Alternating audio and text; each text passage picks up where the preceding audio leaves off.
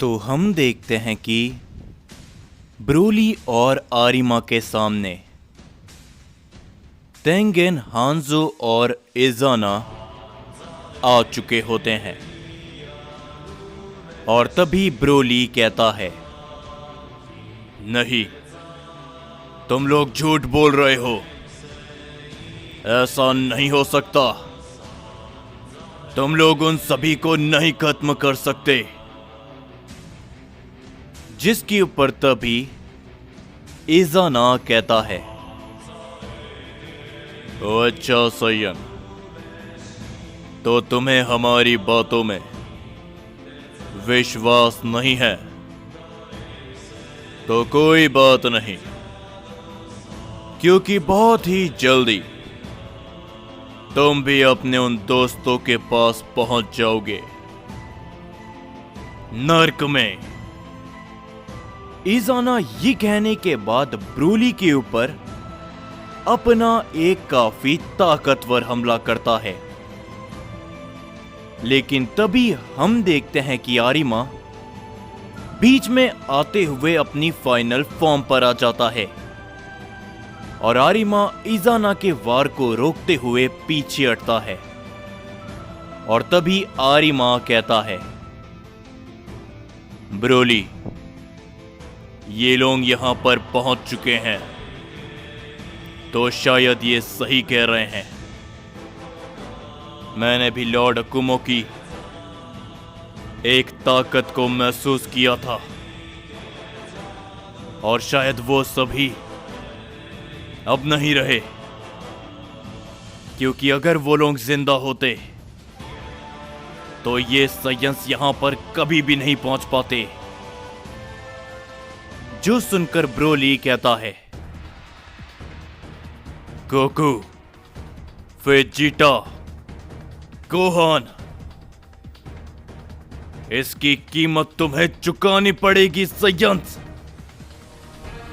Broly और आरिमा काफी गुस्से के साथ उन तीनों प्राइमल साइंस की तरफ आगे बढ़ते हैं और तभी ब्रोली इज़ाना को एक काफी जोरों का पंच करता है, जिसे रोकते हुए इज़ाना बहुत ही ज्यादा पीछे हट जाता है।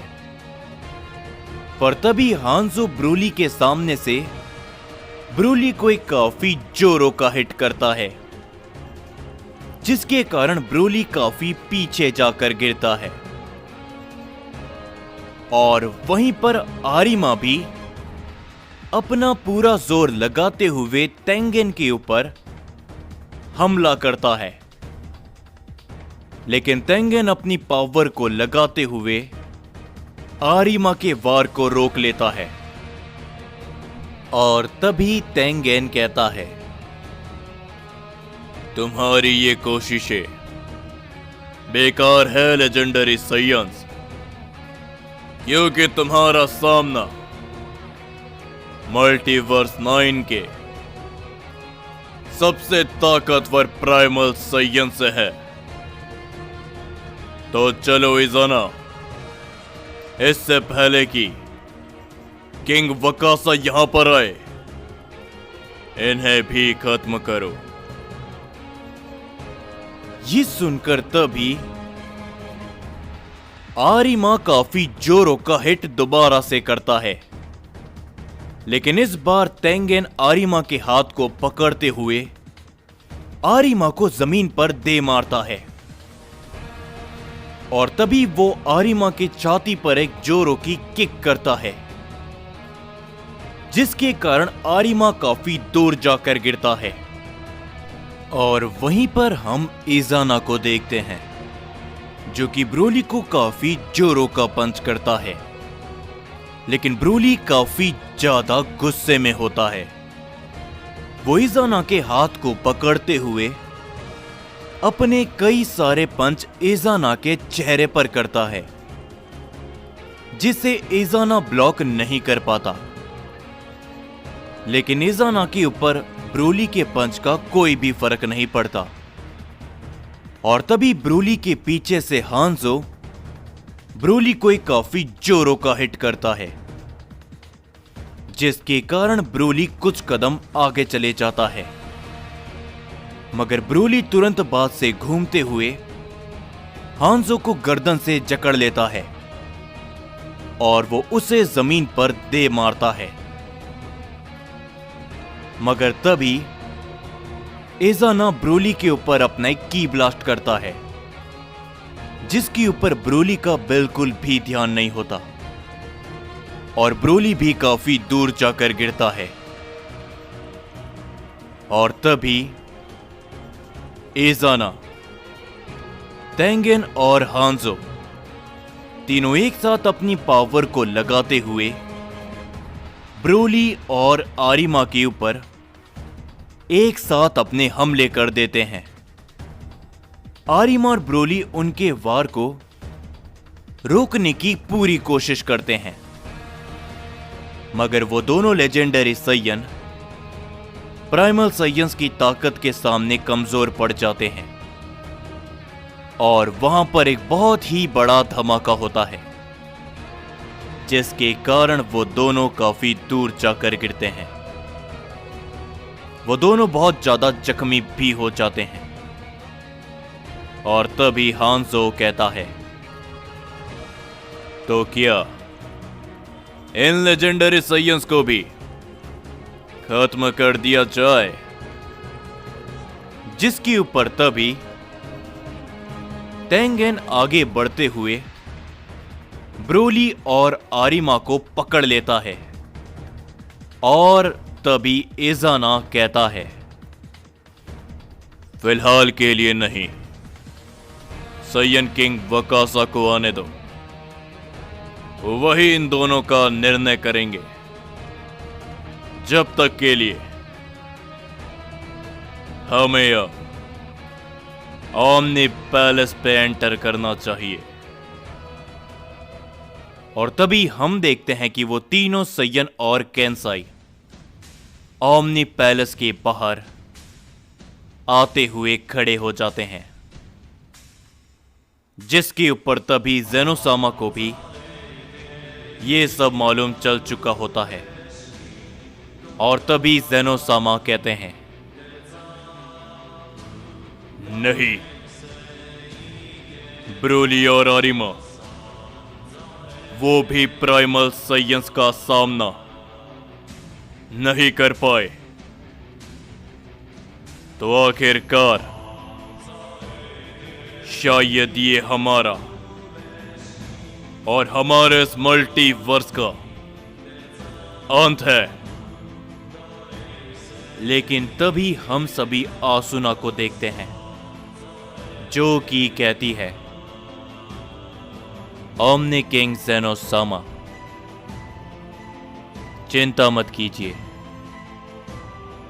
जब तक प्राइमल सैयन किंग यहां पर नहीं आ जाते, ये सैयन ओमनी पैलेस पे नहीं आ पाएंगे।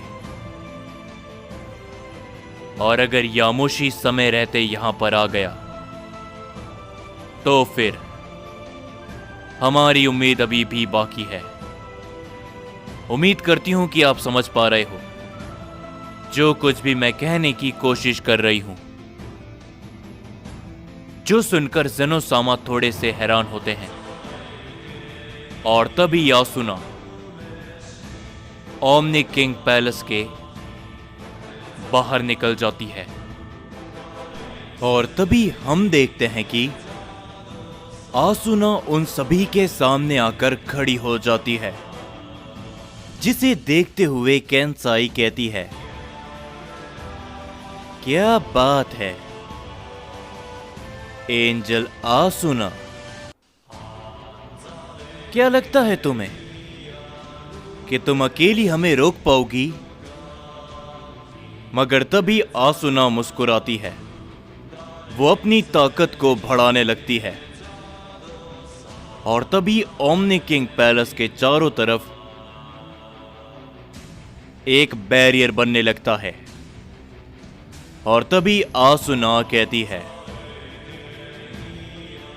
चाहे मैं तुम सभी को रोक पाऊं या फिर नहीं, लेकिन मैं तुम्हें जरूर रोक सकती हूं। Mother of angel. और उसी के बाद हम सभी खजान और उस चौथे सुप्रीम एंजल को देखते हैं, जिनके सामने इस समय पर राइजो होता है, जो कि बेहोश पड़ा होता है। और तभी खजान कहता है,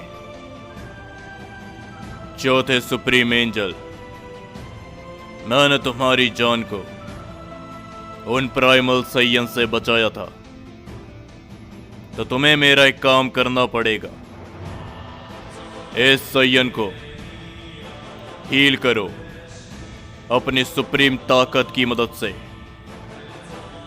खजान की बातों को सुनते हुए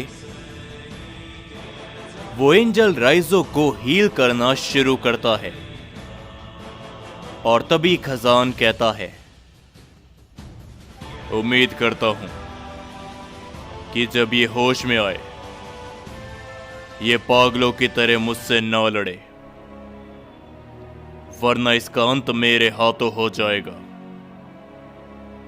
अगर इसने मेरी बातों को समझने की कोशिश नहीं करी तो। जिसके ऊपर तभी वो एंजल भी कहता है, लेकिन आखिर तुमने इसे कैसे बचा लिया, जबकि वहां पर वो सैयन किंग भी मौजूद था। और तभी खजान कहता है, सुप्रीम एंजल, सिर्फ तुम ही नहीं, अभी तक कोई भी शख्स ऐसा नहीं है जो कि प्राइमल सैयन प्रिंस खजान की ताकत से वाकिफ है, सिवाय मेरे पिता को छोड़कर। ये तो इसकी खुशनसीबी थी कि समय रहते मैं वहां पर पहुंच गया और मैं इसे उन सभी की नजरों के सामने से लेकर आ गया। खैर, अब जो कुछ भी होगा वो मुझे ही देखना है, एक सैयन प्रिंस होने के नाते। ये कहने के बाद खजान राइजो को देखने लगता है और हम देखते हैं कि वो चौथा सुप्रीम एंजल राइजो को हील कर रहा होता है। और उसी के बाद हम सभी गोकू को देखते हैं, जो कि मल्टीवर्स 8 में लगातार स्पेस में गिरता हुआ जा रहा होता है। मगर तभी कोई शख्स गोकू को हवा में पकड़ लेता है और वो कहता है,